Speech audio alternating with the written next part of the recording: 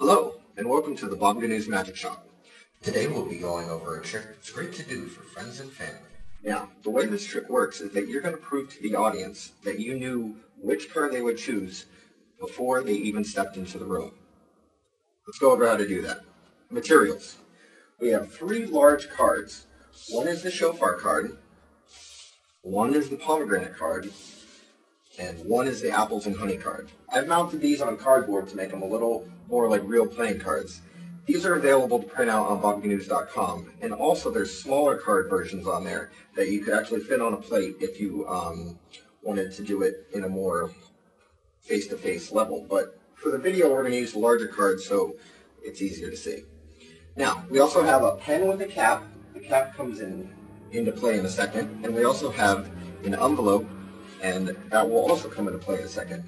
So you would invite one of your family members up to the table and have them point to each of the cards with the pen.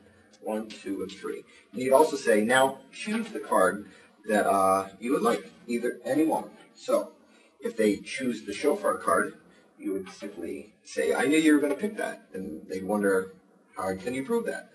You pick up the card, flip it over, and on the back it says, I knew you'd pick the shofar. And they will be amazed. And then they will say, well, I bet you the other 2 cards also have that saying on the back in case I pick one of those. In that case, you show them that the other 2 cards are indeed blank, proving that you knew they were going to pick the shofar card.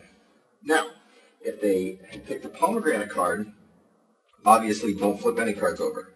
In that situation, you would ask them to take the cap off the pen, where earlier you would place a small note that says, I knew you'd pick the pomegranate. They'll be amazed. And the third choice, if they had picked the apples and honey card, you would simply hand them the envelope and ask them to reach inside and pull out a 4th card that says, I knew you'd pick the apples and honey. They will be amazed. Now, a couple points about this trick are that you can only do it once per group, because if you try to do it more than once, they're quickly going to figure out how the trick works, and then the magic is ruined. So, let's go over the trick with a real live audience member. Shana Tova. Shana Tova. Speaking of Rosh Hashanah, I have a Rosh Hashanah trick to show you. All right. All right. See that pen there? Mm-hmm. Grab it and point to each of these cards on the table. Okay. Great. Now, choose one of the cards.